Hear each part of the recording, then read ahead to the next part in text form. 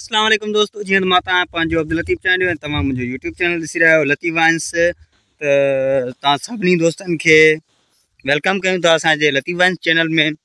उम्मीद कयूं था तव्हां सभु ठीकु ठाक हूंदव, पंहिंजी ज़िंदगी खे एंजॉय करे रहिया हूंदव। त अॼु जो व्लॉग कयूं था स्टार्ट, ठीकु आहे। त अॼु असां आया आहियूं हिते किथे ख़बर अथव,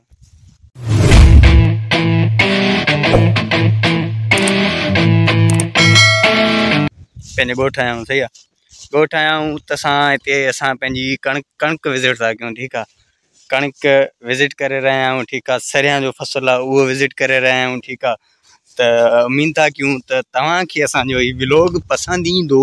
सही आहे, हे कणिकूं वग़ैरह तव्हां ॾिसो, हर शइ तयारु लॻी पई आहे। मतिलबु तयारु न, मतिलबु कि माना सुठी सही लॻी पई आहे। माना सम्झो त 20-30 ॾींहंनि जे अंदरि हर शइ तयारु थी वेंदी। सही आहे, त सरियां बि आहे, फुलार पोयां बैकग्राउंड तव्हां ॾिसो, बैकग्राउंड मज़े वारो। अक्सर तव्हांखे ख़बर आहे ॻोठनि में छा हूंदो आहे, ॻोठनि में जेको आहे सो बैकग्राउंड सुठा मिलंदा आहिनि। ठीकु आहे, सुठा कहिड़े हिसाब सां मिलंदा आहिनि त उते ग्रीनरी हूंदी आहे। ठीकु आहे, क़िस्म क़िस्म जा उते फ़सुल वग़ैरह हूंदा आहिनि। ठीकु आहे, त उन हिसाब सां माना जेको आहे सो माना सुठो हिकिड़ो व्यू मिली वेंदो आहे असांखे। सही आहे, व्यू जो मतिलबु इहो आहे त सुठो व्यू मिलंदो त जेके व्यूवर्स वग़ैरह हूंदा उन्हनि खे वधीक मज़ो ईंदो वीडियो ॾिसण में। वीडियो खे एंजॉय कंदा उहे। ठीकु आहे, वीडियो खे एंजॉय कंदा त असांजे चैनल खे सब्सक्राइब कंदा। ठीकु आहे, त हाणे मां चवां थो जेको बि मुंहिंजे चैनल ते नओं आहे या कुझु बि, ठीकु आहे, त मुंहिंजे चैनल खे सब्सक्राइब करे। ठीकु आहे, सब्सक्राइब कंदो त असांजी हौसला अफ़ज़ाई थींदी। हौसला अफ़ज़ाई थींदी त असां अञा वधीक महिनत कंदासीं यूट्यूब ते। ठीकु आहे, जॾहिं वधीक महिनत कंदासीं त इंशाअल्लाह अञा तव्हांखे वधीक मज़ो ईंदो। ठीकु आहे, त असांजो मक़सदु हिकिड़ो इहो आहे त असां तव्हांखे हिकु एंटरटेनमेंट ॾेई सघूं। ठीकु आहे, तव्हांखे अहिड़ो न ख़ुशि माहौल ॾेई सघूं।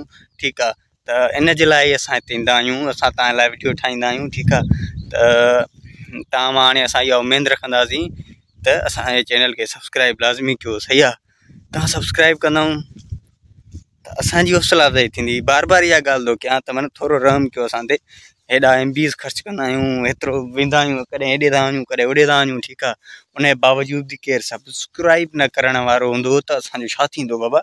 ठीकु आहे, त उमेदु आहे तव्हां असांजे चैनल खे सब्सक्राइब कंदव ऐं मूंखे हिकु इहा ॻाल्हि ज़रूरु ॿुधाईंदव त हीउ फ़सुलु कॾहिं तयारु थींदो। कमेंट में लाज़मी ॿुधायो जंहिंखे ख़बर आहे हिन फ़सुल जी। ठीकु आहे, कणिक जो फ़सुलु आहे तयारु कॾहिं थी वेंदो। ठीकु आहे, तव्हां बि ॾिसो था हिते। ठीकु आहे, व्यू में। ठीकु आहे, तव्हांखे बि ख़बर हूंदी त कॾहिं तयारु थींदो, त मूंखे कमेंट में पंहिंजी राय लाज़मी ॾिजो। सही आहे, त बसि हाणे त परियां अबू वञे थो पियो, विज़िट ते आयासीं अबू सां गॾु। ठीकु आहे, त हाणे वरी हिन खां बाद में वरी असांजो जेको ॿियूं ज़मीनूं आहिनि वरी होॾे ई वेंदासीं लाज़मी।